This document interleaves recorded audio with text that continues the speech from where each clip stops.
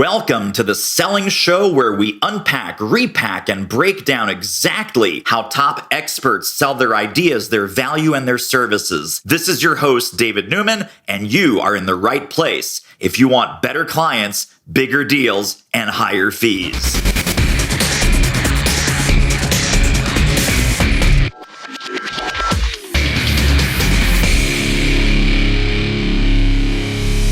Do you know that annoying person that always comes up to you at the networking meetings and says, you should have a book? Oh, you are so smart. You are so accomplished. Where's your book? These ideas belong in a book. Well, I have good news. It's very possible that they belong in a book.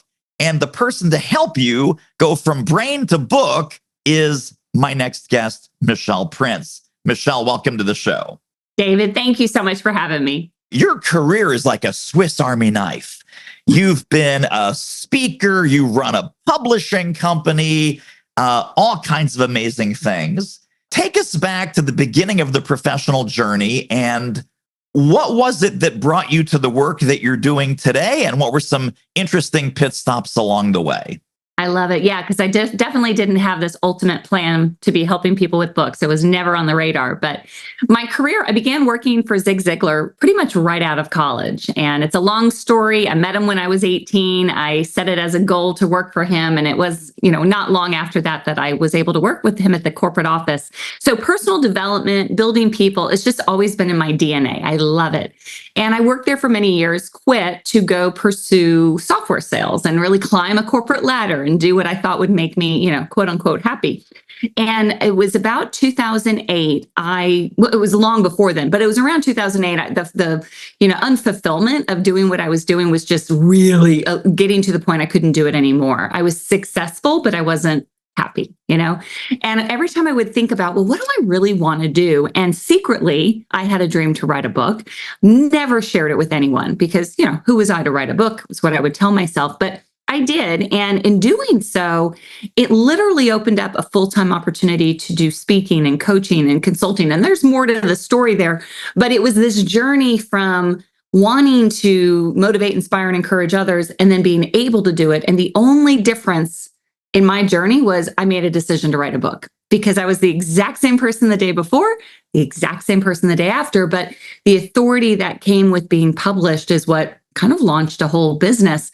And then it was while I was out there speaking and doing things is when people would keep asking me like, oh, I want to write a book. How'd you write a book?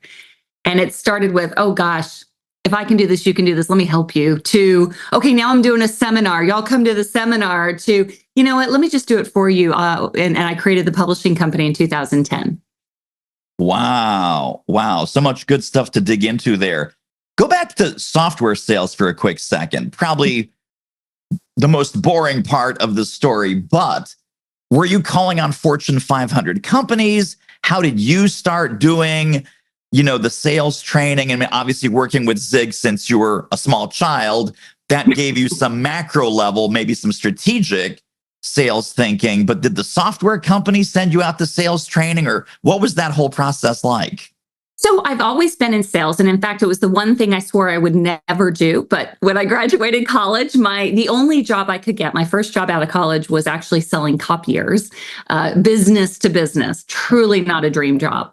But the long, funny story is I ended up cold calling on Ziglar and, the rest is history. I got a job there and all. So even when I was working for Zig, I was in sales. So that has just been the foundation of what I did. And when I left to go into IT, outsourcing, and then software, it was because of my sales skills. So the training I had leading up to that was really more internal Ziglar training. Of course, they did a lot of sales training.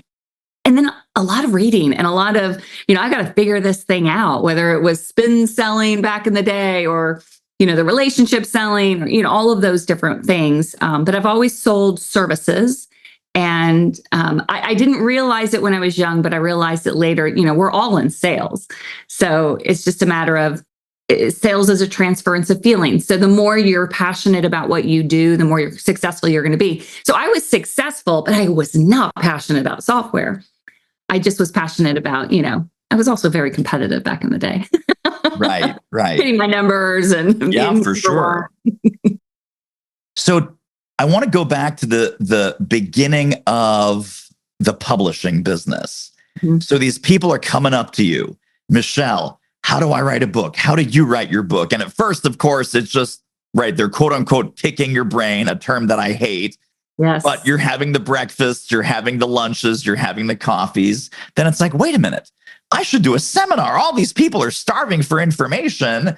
Let me do a seminar. So now we're doing the seminar. When you decided, let me do it for you, let me start a publishing company, your first author, your first client, was it you doing everything, or did you have sort of a company structure? I got to hire some writers, I got to hire some editors, I got to find my own book cover designer, need to find someone to do author websites.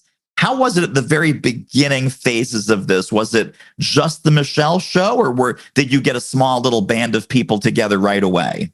Well, thankfully, I had a band of people, because you don't want me to be your editor or cover designer. But I had, a year or two before that, I had gone through the process of doing my own book. And I'm one of those people that when I dive in, I dive in deep. And so I learned everything I could about publishing to do my own book. I had talked to some traditional publishers. I was fortunate to have some connections through Ziglar, but I decided, no, it makes more sense for me to self-publish my book, because there's just more benefits for the author that way.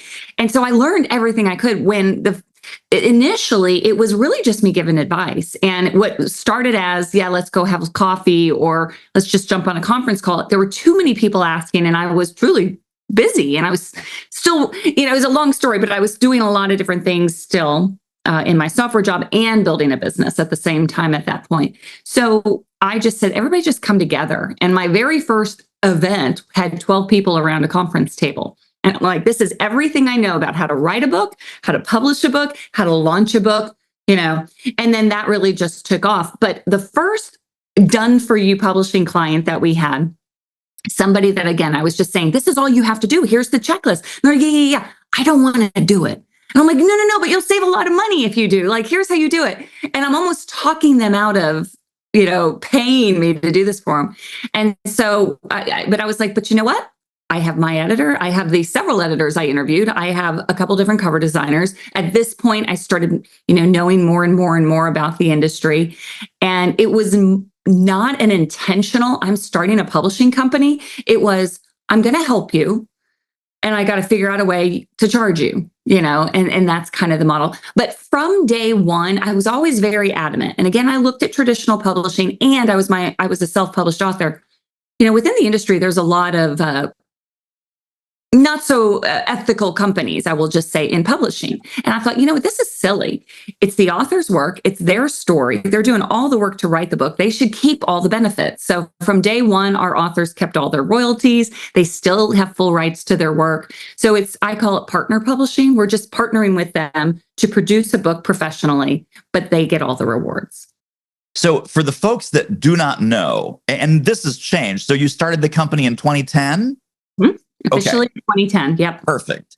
I'm going to say something incredibly generous to the traditional publishing industry, and it's probably not even true. Back in 2010, there may have been some advantages. I'm being very generous now. Fast forward 2024, 2025, and beyond.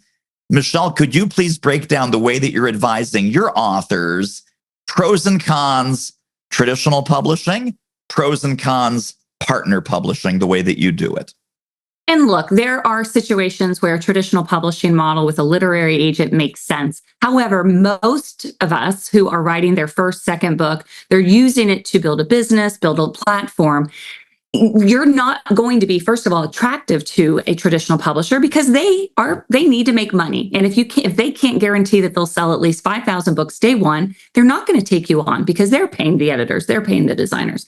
So if that's the case, you don't, first of all, may not have the opportunity, but because they take 80 to 90% of the profit and they own the rights to your story. Like my first book, when they said that, I'm like, but this is my story. Like, this is my person. No, you're not going to own the rights to that. Are you kidding me? I think people also assume that by having a traditional publisher, they're going to market the book for you, but they don't. They rely on the author to do the marketing. So again, going back to, why would I give up all that profit and rights for me to do the hardest part anyway, which is write the book and market the book, you know? For sure. So For sure. it's a no-brainer. Now, are there situations with somebody who has a huge platform already? Potentially. And if it's more important for you to, have wide distribution and you don't mind making pennies per sale, then that's a different story. But most of us professionals who write books, that's not the case.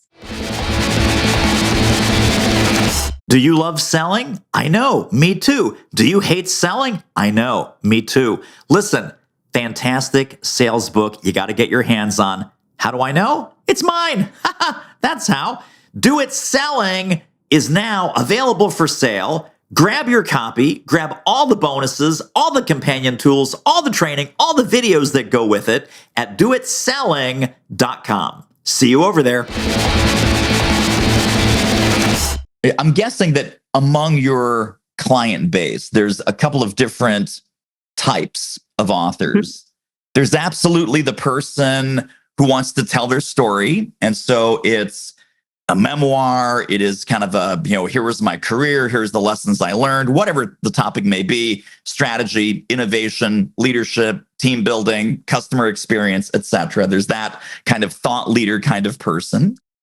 Then there's probably going to be the CEO or the corporate leader who is writing the book for two reasons. One is to build their personal brand, yes, but also to build the company brand, that, especially if they're in a commoditized business, let's say. It's like, okay, there's all these different commodity businesses, but the CEO of this company wrote a book on the methodology, the training, the tools, the principles, the practices. The third type of person might be, I don't know, but walk us through kind of like buyer A, B, C, D, E, and who are some of the maybe 3 or 4 different types of authors that you end up working with? Well, you hit the nail right on the head for the first two, because it is all of the books that we publish are only personal development or professional development. We don't do any other genres. I mean, we're very, very focused, and it has a bigger purpose, meaning if the only goal on that book is to sell books, we're probably not a fit, because most of these books have a bigger purpose, whether it is to build a business, whether it's to be your business card, or, maybe it is more to make a difference or leave a legacy. So we have a lot of those different types. I would say, 95% are probably executives, founders, CEOs, C-level people that are using it for thought leadership. And then we also work with a lot of nonprofits and a lot of ministries that see, in order to really, what do all nonprofits need? They need funding. Well, in order to make it really easy for people that want to get engaged in your mission, if you put it in a book, you just get a better opportunity. So we do a lot of those kinds of books too, but they all fit in that personal professional development. We've done some children's books, some cookbooks, but I'd say this is our specialty. When people come to you, I'm curious, what are some of because we talked about traditional publishing versus partner publishing, which is a great term, by the way, great category design that you've done there. It's like, oh, it's self-publishing. No, not self. Oh, it's hybrid. No. You can get all of those from other people, but partner publishing, you got to go to Michelle. Partner publishing, you got to go to Michelle. What are some of the misconceptions or dangerous myths that some of your authors come to you with? And then what's the actual truth in today's actual market? Wow. Well, most people believe that if they write a book, people are just ready to buy it. And that's just not true. I mean, I break down a book into 3 main, very important categories. First is the writing of the book, right? And one of the myths is, I have to be a great writer to write a book, but you don't. You can bring a writer in to just pick, get in your head and pull that story out. But whether you write the book or a writer writes it, that's the first most important part. Then there's the production. And you have options. You can publish it yourself. You can work with a publisher, different types of publishers. But the third is the launching of the book and the marketing of the platform, which so many authors underestimate. They think, I'm just going to write this book and they're going to sell 1 million copies. Not true. And so you have to have a whole launch strategy to go along with it, whether that's, building a launch team and getting people to help you promote it, whether it's doing podcasting like this, speaking, consulting, all of those things that will sell books, but you're not leading with selling books. And I always have people do the math of whatever amount of money you want to make in a year, how many books do you have to sell to do that versus how many speaking engagements do you need or how many new clients do you need? It's probably, on one hand for those, whereas you probably have to sell thousands and thousands of books. So Yes. the strategy is different and you need to be open to that. So I will sometimes do this exercise with a client who says, man, I really need to write a book. I really need to write a book. This book is so important. And I will pick up a random prop from my desk. In this case, it is a Bobo's grain bar. And I will say, okay, Susan, listen, I have good news. I'm the book fairy. And it's not Bobo's grain bar. This is now a beautiful, new, fresh, minty copy of your book. It's got, Bobo's by Susan Jones on here. You have a whole warehouse full of these. What are you going to do tomorrow? And I will tell you, Michelle, every single person looks at me like a deer in the headlights. And they say, I don't know. I said, okay, so you want to write a book, you want to be an author, but you don't really have a book strategy. Yeah. So the best way that I've heard, Sally Hogshead, the big New York Times bestselling author. Okay. Love her. So Sally's doing a seminar. This is probably back in 2012 or 13. And she talks about the impact that her books have had on her career. She said, a book is like an aircraft carrier. And the aircraft carrier never goes anywhere alone, right? There's the destroyers, there's the troop ships, there's the submarines, there's the supply ships, there's a whole carrier battle group. She says, the book is just like an aircraft carrier, that when you point the book in the same direction, everything else goes with it. To your point, the speaking engagements, the consulting, the coaching, the training contracts. But people don't think that, the book is going to be instrumental in helping you. So what's a good answer to the Bobo's grain bar question? And I'm going to give you just one idea out of my head, and I'd like some more from you. Well, David, if I had that book right here, right now, I would find 20 CEOs of mid-sized companies that I would love to do business with. I would take a little Post-it note and put a Post-it note on page 23 that talks specifically about the biggest CEO challenges in the industry that I serve. And I would say, dear Bob, dear Fred, dear Mike, dear Janice, just published this book. I know you're in XYZ industry. Please accept this gift copy. Have a look at some of the ideas in chapter 23. And on page 23. And if something resonates with you that I might be helpful with, please let me know. You throw a business card in there, you FedEx it to 20 CEOs. That would be one of probably dozens and dozens of ways to leverage the book as the business card, as the door opener. What else should people do? They're going to open the book. Yeah. They're going to open the box rather that says Performance Publishing Group on the outside. First thing I recommend they do is they deeply inhale. Yeah. You need to smell the books, people. Every author knows this. You need to smell that first box of books. Once you're done sniffing your books, what else could you and should you be doing with those books proactively to generate business? Wow. So good. I love the mailing. And that's exactly advice I give when people want speaking engagements. Don't be afraid to put your book in the mail with a note of why you should be coming out there and share what you know. To your point, though, of an open box of books, what most first-time authors underestimate is the power of their network. And most of the time we feel like, oh, I wrote a book, I don't want to make it about me. But yes, you do, because you wrote a book, first of all. And it's not about you, it's about what's in the book. And if you really believe that what you put in there is going to be valuable to someone else, you got to let people know. But a lot of people have that imposter syndrome. So I would say very first thing is everybody better know you wrote a book, and getting it out there and asking for support. I also recommend having a very strategic book launch. Of course, you don't have to do this, but if you're writing a book to build a platform, or sell books, of course, but like to build that platform, be strategic, set a launch date 4-6 weeks out, and get that network of people who will want to support you, but you have to ask, and then complete or give them everything that they need to promote your book for you on that day. Write the emails, do the social posts for them, ask everybody to do it on the same day, get people to buy the book on Amazon for 99 cents so that they can write a review for you. That's another huge thing. People don't know or underestimate the power of Amazon reviews. And you can't write a review unless you buy the book. So those little things, I would say, that's step one. But a lot of people also, I launched my book, I only sold like 50 copies. Well, that's just day one. It never stops, and you just continue to build it. But I do think if your strategy is, and this is, we don't take on all books. And this is why if somebody says, my goal is to sell 1 million books, I have no intention to, I don't like social media. I don't do speaking, coaching. No, I just want my book to be a New York Times bestseller. Okay, well, there is always a possibility for everything, but you have to know you are the brand. The book is just a means to an end, but you are the brand at that point. So you've got to really leverage yourself, get out there. And I personally believe, and this is just what I use to grow my brand and platform, is speaking is one of the best ways to do it, and do it quickly. Because people, when you speak, as you know, they get to know, like, and trust you.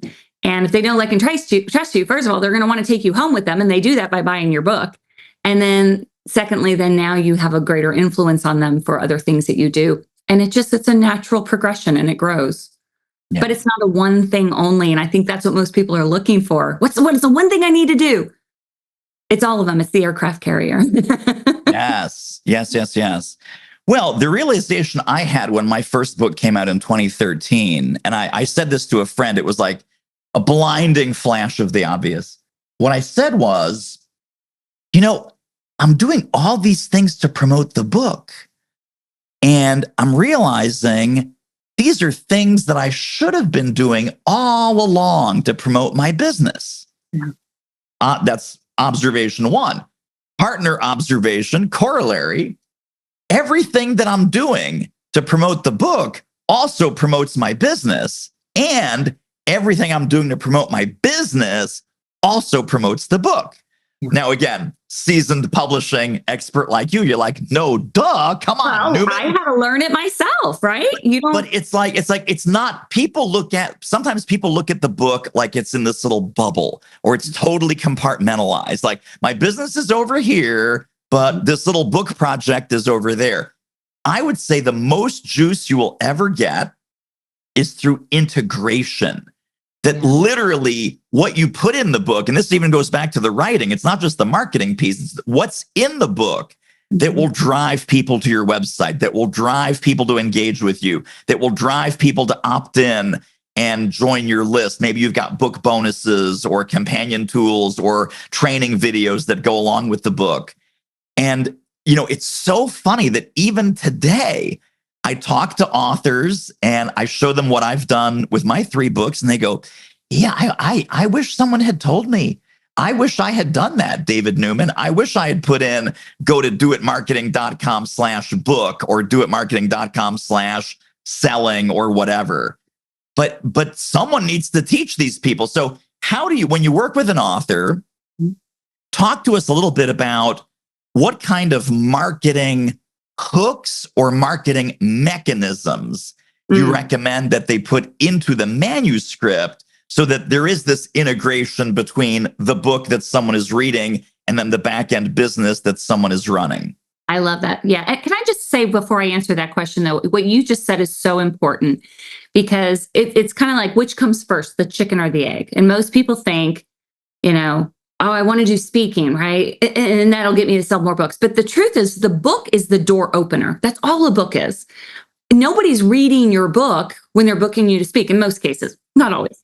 It's more of that because and by the way, you got on that stage because you were an author, but now people want to know you more. Now they'll buy the book, but it's just the beginning of you are that brand, or your business is the brand. So to echo that, though, the basics everyone needs to have, and we know all these things, but website, of course, don't just write a book. You have to have a place for people to go. It's not just about the book. It's not a one and done. It's the book is your business card. Where are you leading them? And so I always recommend, whether it be the companion guides, like you said, downloads, free special bonuses that only people who get the book have access to. And of course, they're opting in to get that information. I also recommend the book is not just, you can't think of a book as, it's about the content. It's not the fact that it's I'm trying to find a book I got around here. It's not the fact that it's, all this stuff inside. This is just one, I call it more learning style. Some people learn best through reading. Other people learn best by listening, like podcasts, things like that. Other people learn best through conferences, and some learn best through coaching. So think of your core concept, your message. The book is just one option to help people and one revenue stream, but you got to take that same content and put it in all different formats. So I do recommend paperback, hardcover, if it makes sense and if they want that, but definitely audiobook, a digital course. Take the concepts of the book and put it in a course. Take the course and create it into a coaching framework. Take the coaching framework and create it into a webinar, a seminar, something. And what happens is now you are hitting all of the different learning styles. You're getting the content to the people the way they want it. And each one is a different revenue stream. So you're building your business all on the same framework. And like for your books, and just looking at them in your background, your branding's awesome because you have the consistency. My eyes aren't good enough to see all three. I see the do it speaking, do it selling, and do it marketing. Do it marketing, yeah. Okay. And how awesome is that? Because now, whether they go to one book or the other, they're all going to come back to under your umbrella, right? And all the different things you offer around all three. So there's so many other things I could say. I do believe, and lots changed even in the last 5 years. So what worked 5 years ago is not working now. Yeah. So leveraging podcast strategy, leveraging, launch events and so many other things. Now, Amazon ads, if you really want to sell your books, but how much do you want to invest to sell a $20 book? That's really your call. Right. But, well, let's jump to, you and I are both connected to a mastermind community of professional services firms, not solopreneurs, but $5, $10, $20 million professional services firms, CEOs and founders. For that kind of author, where probably selling a volume of books is much less important than getting that book into the exact right hands of economic buyers that can hire them or hire their firm. What is the subset of strategies for that professional services firm CEO? What would you recommend to them and their team as, hey, these things over here, super important. Those things over there, don't worry about those. It's about authority, right? Anyone, especially in a large professional services firm or a small boutique firm, people want to work with the authority. They want to work with the best. And of course, your sales presentations and all that should articulate that. But honestly, a book is just one of the easiest ways to be like, look, I've written the book on it. I'm the expert. I always say you can't spell authority without author. It's a play on words, but it's true. And why authority matters is people stop shopping. And the point of a book is not to sell 1 million books. Now, I hope you do. But is that really why you wrote it? Or would it be better to get that book in front of 100 of your top prospects? And if that is that authority where they stop shopping and they want to work with you, that's the purpose behind it. So your strategy is going to be different. You don't need to move thousands and thousands of books in order to, for most of our colleagues in this mastermind, one deal more than quadruples or 100 times the investment of publishing a book. So it's just re-looking at what are you doing it for and what's the point? And if the point is to get in front of, 5 more clients, then use the book strategically, right? In that regard, it's not necessarily having to post every day on social media. It might be, but every strategy is a little bit different. I, again, go back to the power of your network and the power of people wanting to help you. So even if you have a small group, colleagues, friends, coworkers, family, what have you on, and you get them involved in this launch day, their networks are now going to be exposed to your book. And that is how you really build it quickly. Selling books, but more importantly, getting in front of your top prospects. Hey, if you're loving this episode as much as I am, pop over to doitmarketing.com/manifesto and get your free 37-page download guide to how to sell smarter, sell more easily, sell more often. That's what we're here to help you with at The Selling Show. Off you go. When we're talking about the physical book itself, and I love what you said about it should be on Kindle, it should be on audio, it should be in all these different formats. Self-publishing from the bad old days has this stigma, I think, still to this day. The books look cheap. The paperback covers start to curl. The paper's really thin, right? When you take notes on it, it kind of bleeds through to the next page. Talk about the quality, especially for, again, the professional services firm, the CEOs, the founders, that they want to make a splash, not just with the ideas in the book, but with the physical and cosmetic feel of the book, right? It needs to feel like it's serious and expensive and valuable. How has the physical cosmetics, especially the way that you do it with partner publishing, how can we put some of those old fears to rest? No, and it's so valid. I mean, 15 years ago when I got started in this or published my first book, we were still on the edges of vanity publishing, and to do self-publishing, it looked really bad. The good news is now there are a lot of improvements, but there's still a difference between, and look, there are people that need to self-publish, and I don't want to discourage it. And you go to Kindle or to KDP, Amazon, what have you. There's other methods, but that's one of their quality is not nearly as good as if you go through a publisher that has, like the publisher or the printer we use is literally printing 100,000 books a day, and most of which for some of the largest publishers. So it's the same quality. But now it's a lot less than it's not as bad as it used to be. But in fact, we did a test for one of our authors last month, actually. And we got the book from our printer, and then we got the same book from Amazon. And the coloring was literally different. And the paper quality. So it's something to think about. Now, if you're on a major budget, do what you can do, right? It's better to have a book with room for improvement than no book at all. Because the truth is, the benefits of having a book is more that you're an author, not so much the book itself. Yeah. But people do judge a book by its cover. And your name is on it forever. And we've redone so many books for people that just, I just did a really quick job. I just wanted to get it out. And we do have authors who say, I need a book next month. Like, well, we're not for you, because better to get it right than rushed. But you do want somebody who knows what they're doing, and you can self-publish. It's just, especially if you're a professional running a firm or anything, you don't have time. Time is money. So a couple extra bucks, and then you're getting it done right, and the quality is way better. Yeah. When it comes to audio, do you have a recommendation of the author reading the book or hiring a professional voiceover artist to read the book? And do you see some pros and cons to each? If it is a nonfiction, personal, and especially professional development book, I think it should be the author's voice. Now, there are times we've recommended not, if somebody has a strong accent or they, maybe have a true fear. But a lot of times if the author doesn't read it, it's mostly because of time. They don't want to take the time to do it. But I know I've read many books from very prominent authors everyone would know of.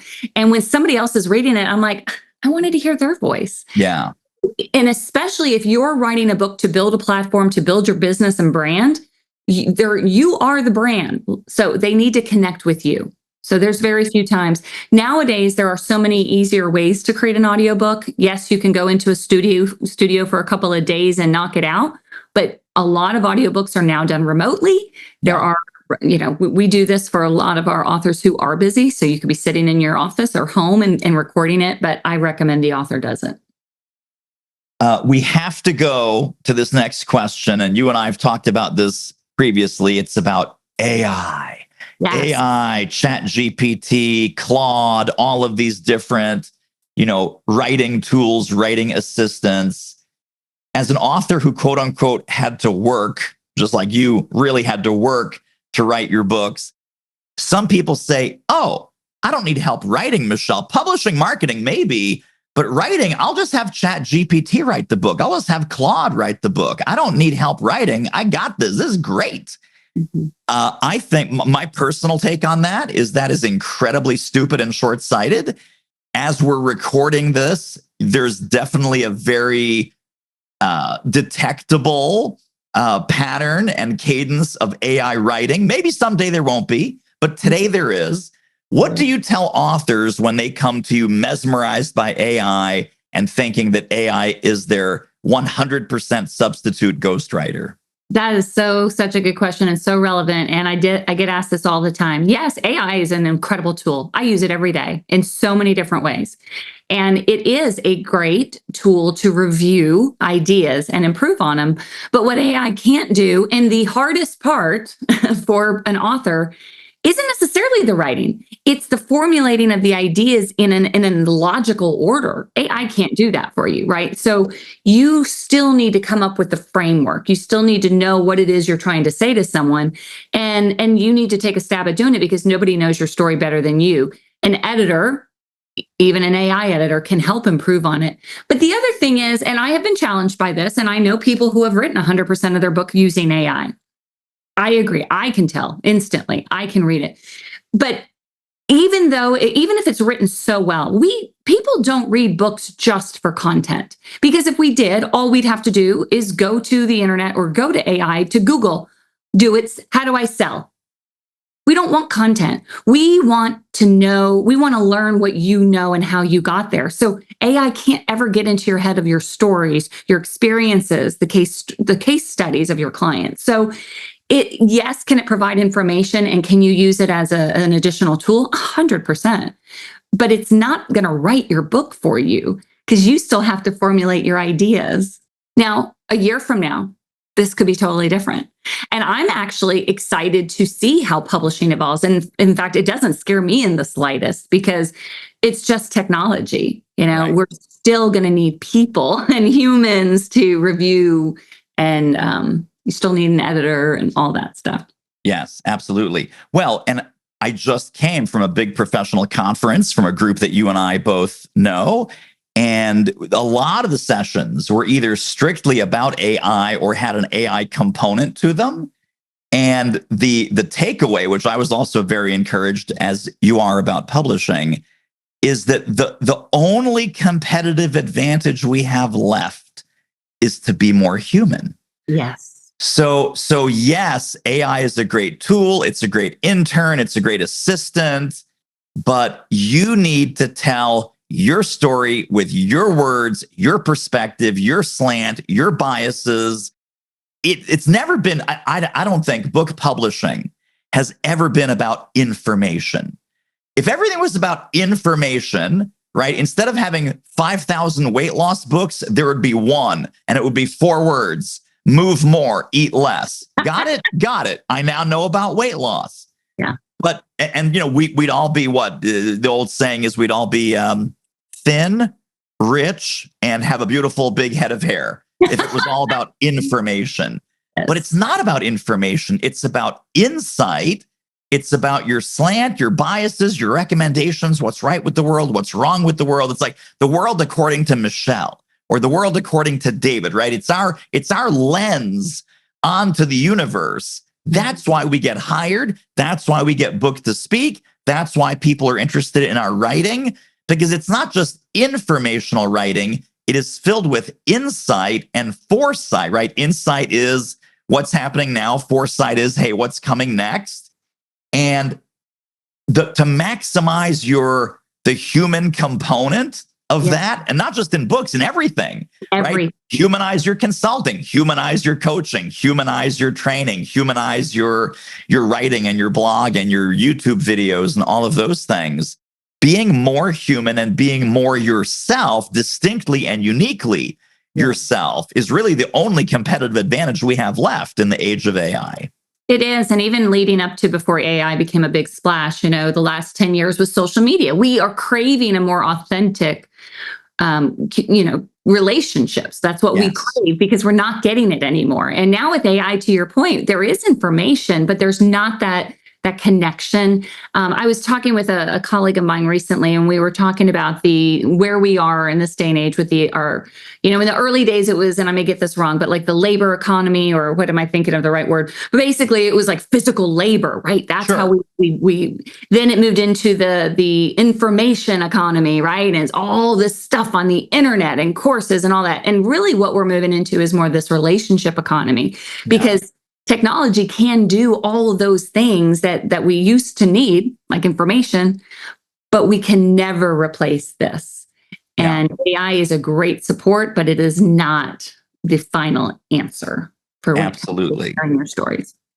Now, my final question before we get to our closing questions is just, you have all of these different business ventures, and it's all very exciting. You're doing speaking and training and coaching, and you've got the book-bound workshops, and then you're managing the publishing company, in addition to all the other commitments you have.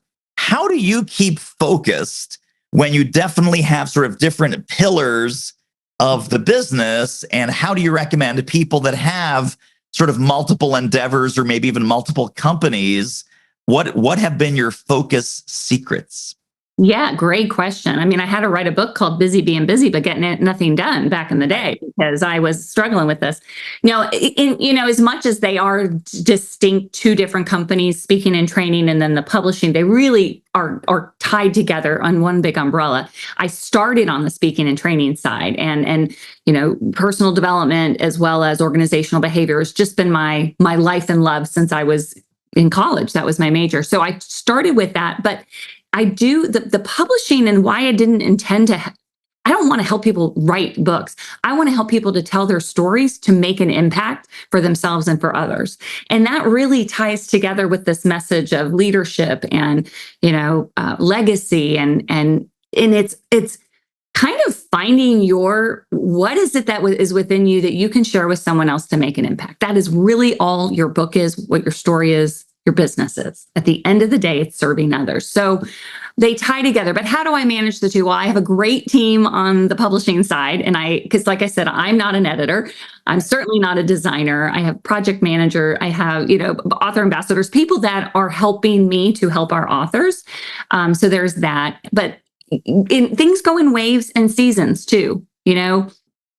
It's just interesting. So I kind of, the last several years, wasn't doing as much. I'm doing training always. I love that, but not doing as much keynoting. That picked up this year. But I see it as an opportunity to, every time I talk, no matter what my topic is, I'm planting that seed of, you have a story.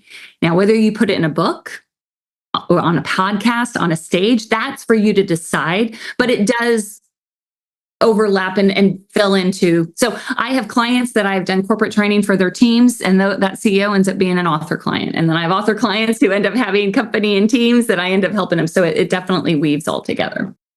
Well, this has been so helpful. I know that people are going to want to get connected and stay connected to more Michelle Prince brilliance. What links can we share? Where can we send people to learn more about you and Performance Publishing Group and their potential to maybe be the next really successful author? Yes, I would love that. In fact, performancepublishinggroup.com has a bunch of free resources. Two of my books, The Power of Authority, which again, that's a play on words. You can't spell authority without author. And that's really geared toward business owners and how to leverage a book to build their business. And then I have another smaller book called Your Book is Your Business Card. And both of them have tons of information on how to get started, how to figure out your story. There's exercises, and those are just free downloads. You can get those on my site. And then there's strategy calls. So if you do feel like you want to go a little bit further and figure out, okay, I do have an idea. I want to, is this legitimate? Should I pursue it? Should I self-publish? Should I partner publish? What are my options? Then schedule a free strategy call, and we're happy to talk to you and see how we can help. And of course, I'm on LinkedIn. So please find me on LinkedIn under Michelle Prince. Fantastic. And all of those links will be one click away directly under this episode in the show notes at thesellingshow.com. Michelle Prince, you are awesome, amazing, super generous with your expertise. Thank you for being with us. Thank you for having me. This was fun, David.